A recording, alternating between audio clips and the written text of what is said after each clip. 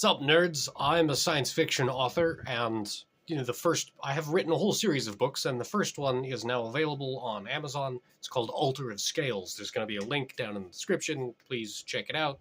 Feed a starving artist, get on that HBO program, help a brother out.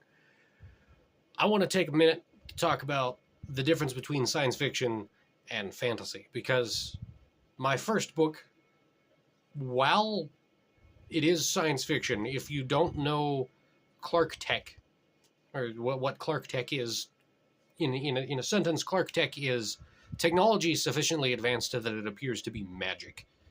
And therefore, it's not hard to believe that this first book in this series is fantasy rather than science fiction. And I kind of did that intentionally, or at least once I realized it was happening, I just kept leaning into it. But at the same time, you can also have fantasy that is set on other planets, other places, not necessarily on Earth, and it sounds more like science fiction, even though it's still fantasy, and vice versa. So I know I mentioned this in an earlier video, but I just want you to be mindful of how blurry that line can be, how gray the area can get as we're trying to delineate between science and fantasy in our fiction. Because it's all fantastic.